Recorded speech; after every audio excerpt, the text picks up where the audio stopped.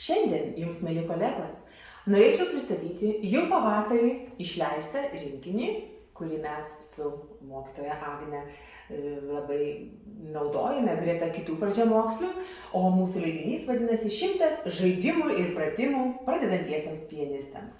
Ši knygelė skirta žaidimo forma sudominti būsimą atlikėją, natūraliai ir tarsi nepastebimai išmokyti taisyklingos laikysenos, rankų padėties, pirmųjų prisilietimų prie klavišų, o ir užmegzti glaudesnį ryšį, žaidžiant kartu su mokytoju ir su tėveliais. Leidinukas yra nedidelio tokio formato, viskas yra išdėstyta vaikų akių lygyje, labai manau, kad gražus leidinys su spalvotomis nuotraukomis, jis sudaro 5 dalys. Rankų ir kūno atpalaidavimo pratimai, pianisto laikysena prie instrumento, pratimai su daiktais ir žaisliukais, labai mėgstama dalis, pratimai pirštų motorikos ir savarankiškumo vystymui ir didžiausia 5 dalis pirmieji grojimo pratimai. Pirmoji mūsų knygelės dalis – rankų ir kūno atpalaidavimo pratimai. Ilgametė pedagogų patirtis įrodė, jog grojimo procese yra svarbus visas pianisto kūnas. Dažnai vaikai net nežino rankų, nugaros dalių pavadinimų ir negeba jų pajusti. Rankų svorio pojūčio pratimai siekiant išlaisvinti kūną yra būtini mažajam pianistui. Pradinė šių 8 pratimų padėtis – mokinys stovi tiesia nugara, rankos laisvos, nuleistos prie šonų, pratimus rekomenduojame kartoti po keletą kartų. Šios visus pratimus manau, kad jūs visi matėte kitose pradžiamoksliuose, o galbūt kažkurie jums bus primiršti, naujesni ir tiesiog mes čia visus susisteminom, sudėjom aprašymą informatyviai ir gražiai fotografavom. Taigi, pirmasis pratimas – sūpuoklės, gėlytė, dramblys ir tigras, sunkios knygos, abrakadabra, dažom sieną, vėjo malūnai ir, ko gero, naujesnis toks būtų pratimas – virvė. Antroji mūsų knygelės dalis – pianisto laikysena prie instrumento. Fortepijono metodika prasideda jau nuo mokinio sėdėsenos prie instrumento. Sėdėti reikia taip, kad pirštais būtų patogu remtis į klavišus. Grojimo metu turime jausti 3 atramos taškus. Patogią sėdėseną, laisvas iš pečių rankas ir pėdų atramą. Trumpai tariant, kėdė, klaviatūra, grindys. Taigi, taisyklinga laikysena prie instrumento labai, mano galva, išsamiai išdėstyti 6 punktai. Jie būtent skirti jau tėveliams namuose tiksliai ir taisyklingai prižiūrėti, kad jų atžalas sėdėtų prie instrumento. Na, o likę 3 pratimai – laikrodis, kalnų erelis ir griaustinis. Čia mudviejų su Agne daugiametės pedagoginės patirties tokie išgryninti pratimai skirti padėti kuo laisviau, kuo komfortabiliau jaustis vaikui prie instrumento. Trečia mūsų leidinio dalis – pratimai su daiktais ir žaisliukais. Vaikams visada patinka įvairūs pratimai ir užduotis su papildomais daiktais ir nedideliais žaisliukais. Tai puikiai praturtina pamoką ir nerūpestingo žaidimo metu stiprina gležnus mokinio piršto galiukus, formuoja rankos kupolą klaviatūroje. Pratimai atliekami laisvais, nuleistais pečiais, atskirom arba abiem rankom. Pirmasis – kamuoliukai. Skaičiuojame pirštelius. Rankos kupolas, drugeliai, batukai, siūlai susivykit, pieštuko šokis, skraidanti plunksnelė ir paskutinis žaisliukų gama. Atlikime pratimą su drugeliu, kuris vadinasi nuo gėlelės ant gėlelės. Tai pasidėk dabar žaisliukus ant 3 do. Surask pusės. Dar vieną. Dabar suformuok dešinę rankytę, kuri tavo dešinė, kur drugelis yra, taip? Suformuok dešinę rankytę gražią trečiu pirštu liesk donatytę. Ir dabar drugelis tik tai skraido, jisai tik nutupia, bet dar negroja. Padaryk gražų judesį skridimo nuo gėlelės ant gėlelės per visas 3 do į viršų ir sugrįžk atgal. Dar vieną, skrisk dabar nuo gėlelės ant gėlelės. Į viršų ir grįžk dabar atgal. Teisingai. O dabar jau trečiu piršteliu pagrok kiekvieną do. Drugelis nutupia. Ir su svoriu drugelis nutupia. Taip, ir skrenda atgal. Taip. Ir dar kartelį, dabar gali antru piršteliu. Ir skrisk vėl į kitą do. Į sekančią. Ir grįžta drugelis. Ir gražiai nukelk. Ačiū. Parodysime pratimą dainelę siūlai susivykit. Tai dainuosime dainelę ir apvyniosime kiekvieną pirštelį, gerai? Pasiruošk, laikyk su dešinė ranka kaspinėlį, o su kaire vyniosi aplink kiekvieną dešinės pirštuką, gerai? Ir po to atvyniosi, biški ir žodelius prisimeni, taip? Gerai. Siūlai, siūlai, susivykit, aplink pirštus apsivykit. Ir dabar atgal. Siūlai, siūlai, atsivykit, piršto galo nepalikit. Ketvirtoji dalis – pratimai pirštų motorikos ir savarankiškumo vystymui. Pirštų žaidimai – tai puikiai kūrybinė veikla vystanti smulkiąją motoriką ir pirštų savarankiškumą, sukuria palankų pamokos emocinį foną. Taip pat moko įdėmiai klausytis pedagogo, suvokti kalbos prasmę, išgirsti ir įsidėmėti užduotis.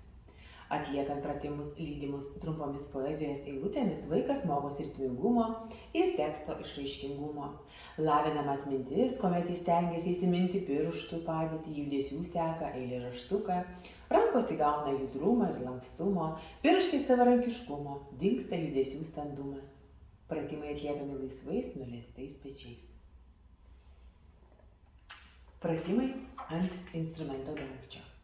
Kupolas, pasisveikinimas, voras bunda, 1, 2, strazdai, voras vejasi, užsispyręs asiliukas, gandras, 5kojai, 2 voriukai. Pratimai ore, labai naudingi. Ratukai, akiniai, mirksi žibintai, kiškio ausytės, katinėlio ūsai, šunelis au. Būgnininkai, grumtynės, atsisveikinimas. Žaidimai klaviatūroje. Pirštai ir klavišai, 2 draugai. Visi šie pratimai yra smulkiai aprašyti ir mūsų informatyviai nufotografuoti. Padarykime pratimą voras bunda. Tai pirmiausiai voras miega, taip? Pirštai ir delnas padėti ant instrumento dangčio arčiau krašto, taip? Voras bunda, nekeliant delno, lėtai po vieną pirštuką pritraukti prie plaštokos. Taip, visus pritrauki gražiai, gerai. Dabar voras pabunda, suformuok gražų kupolą. Taip, alkūnytė laisva, suformuojam, kad visi kauliukai matytųsi. Tada voras mankština kojeles. Patrepsėti po kelis kart kiekvienu piršteliu, kad visi girdėtųsi. Taip, kiti stovi, kol vienas trepsi, kiti stovi, taip. Ir voras bėga gaudyt musių, neskubėk, kad girdėtųsi. Trepsėk, trepsėk, stipriai trepsėk. Ir eik po biškį į šoną. Girdisi. Nu va, labai gerai, ačiū. Penktoji dalis – pirmieji grojimo pratimai. Reikėtų atkreipti dėmesį, kas ta arkos kupolo formos plaštaka. Paprašyti vaiko parodyti pirštų sąnarėlius. Negailėkime laiko laisvos rankos pakėlimo ir nuleidimo kiekvienu pirštų įtvirtinimui. Šį judesį reikėtų kartoti atskiromis rankomis, laisvais nuleistais pečiais. Pratimai grojami atskiromis rankomis, tačiau perkelus dešinę ranką oktavą aukščiau arba kairę ranką oktavą žemiau nei parašyta, galima groti ir abiem rankom. Taigi šioje 5 dalyje bus pratimai non legato, pratimai legato po 2, po 3, po 4, po 5 garsus, pratimai nuo kiekvieno gamos garso, pratimai su užlaikytomis natomis ir pirmo piršto ir gamų paruošiamieji pratimai. Šioje 5 mūsų dalyje yra pačioje pradžioje sudėti tokie informatyvūs 4 puslapiai, be kurių mes negalėtume žengti į tolesnius esančius grojimo pratimus. Čia pateikiama visa pati svarbiausia informacija. Norėčiau atkreipti jūsų dėmesį į štai šį gražų drugelį. Tai yra visų pratimų esmė 5 pirštų pozicija. Nuo pirmosios oktavos do natos visi iš eilės 5 pirštai į smuiko raktą su dešine rankele ir su kaire rankyte nuo tos pačios do leidžiamės irgi 5 klavišus iki fa. Taip pat čia mes matome natų ir pauzių vertes, kur viskas labai taip žaismingai yra susijęta su vaisiais. Pavyzdžiui, pusinė su tašku, 3 bananai. Aš manau, kad vaikui tai labai bus lengva įsiminti tokią informaciją. Pagrindinės pauzės. Taip pat supažindinama su pagrindiniais metrais. 2 ketvirtinės, 3 ketvirtinės, 4 ketvirtinės, 6 aštuntinės, 3 aštuntinės. Alteracijos ženklai, trijolė. Ir dar labai gražiai apipavidalinta artikuliacija. Patys pagrindiniai. Tai yra non legato, stakato, akcentas, legato ir tenuto. Pratimai non legato. Čia norėčiau pademonstruoti vieną pratimą, kuris pažindina vaiką su pagrindinėmis natų vertėmis. Ir rekomenduojame jį atlikti garsiai skaičiuojant. 1, 2, 3, 4. 1, 2, 3. 1, 2, 1, pus, pus, pus. Ir žinoma, atgal taip pat skaičiuojant vėl grįžti į pirmą pirštelį. Kairę rankytę leisimės ir boso raktą. 1, 2, 3, 4. 1, 2, 3. 1, 2, 1, pus, pus, pus. Ir nepamirškime sugrįžti. Dar pratimą vieną norėčiau jums pademonstruoti. Jūs tai yra pačiame non legato pratimo pabaigoje. Čia mes turime štrichus ir intervalus. Vaikas supažindinamas. Pasiklausykime 2 natytės stakato ir po to tenuto.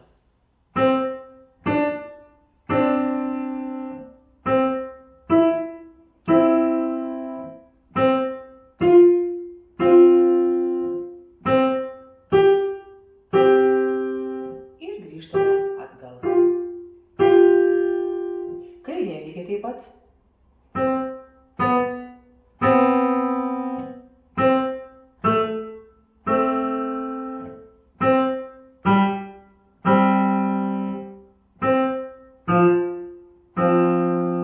Ir vėl grįžtame atgal.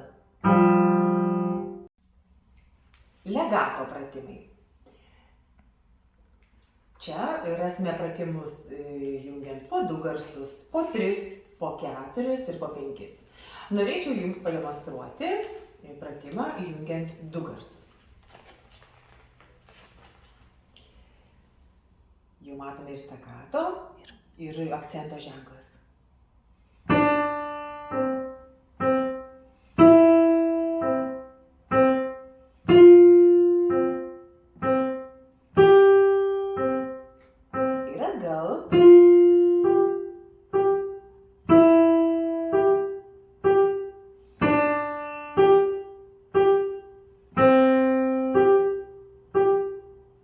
Kairė rankytė.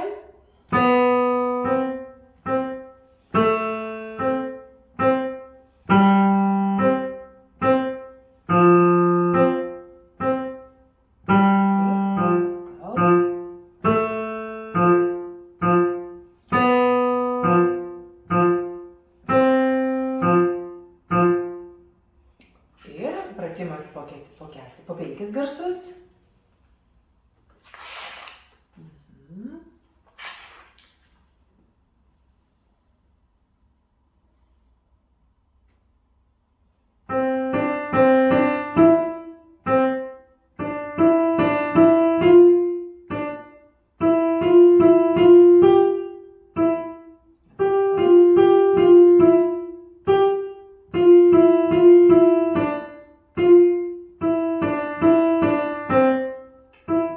Ir kairė.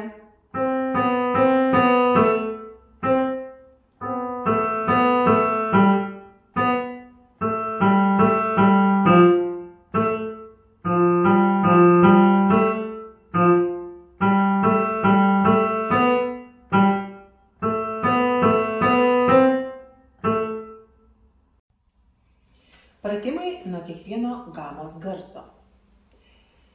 Šios pratimus mes rekomenduojame atlikti 3 variantais.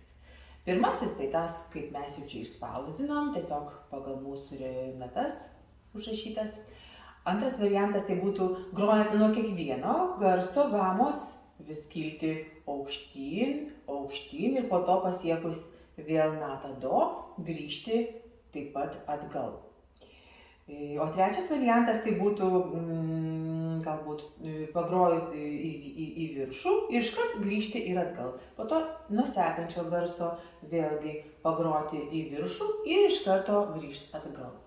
Tai va, aš norėčiau jums pademonstruoti vieną pratimą nuo kiekvieno gamos garso.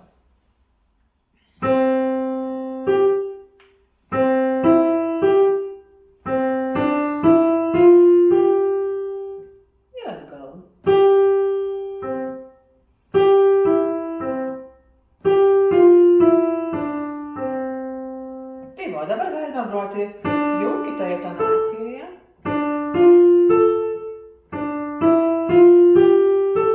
Ir galime ir grįžti iš karto.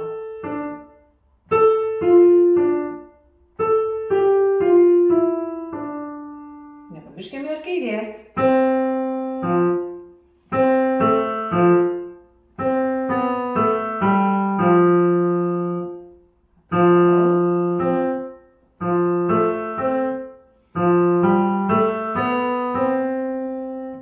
Galim keliauti žemyn.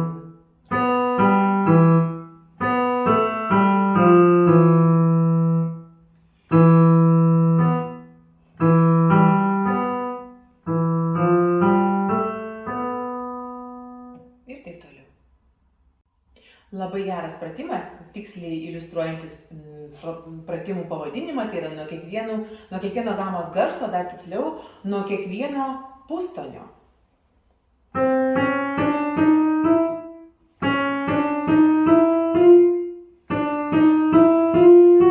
Ir taip toliau, kol praeisite visą klaviatūrą. Ir kairė.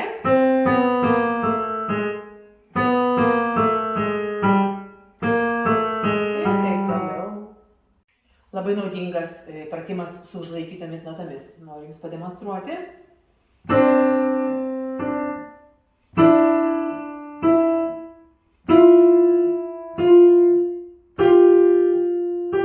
Ir iš karto atgal.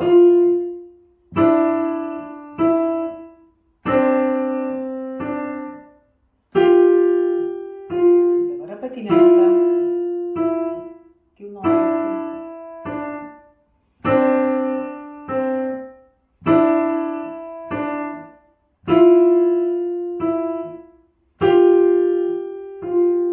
Kairę atlikti bus dar sudėtingiau.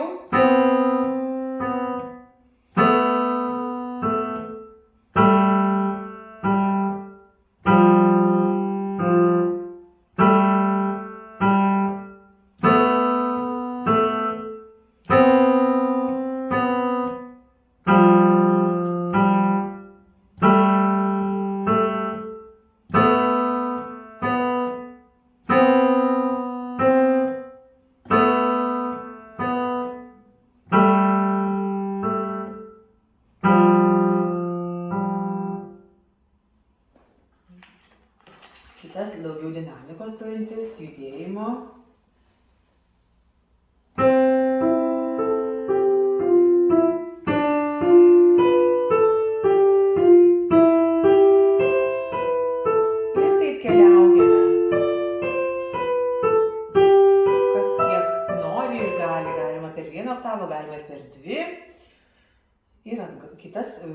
boso rakte su kaire.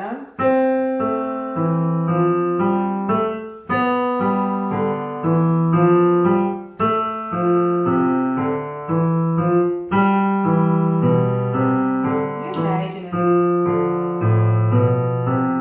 Toliau. Pirmo piršto ir gamo parašinėjai pratimai rekomenduojami groti ir vyresnėse klasėse. Čia jūs rasite ne tik pirmo piršto paruošiamuosius pratimus, bet ir akordų, arpedžio, gamų ir net chromatiniai gamai skirtą paruošiamąjį pratimą. Taigi, visiems linkiu sėkmės ir tikiuosi, jog rasite kiekvienas sau tinkančių ir jums naudingų pratimų mūsų rinkinyje.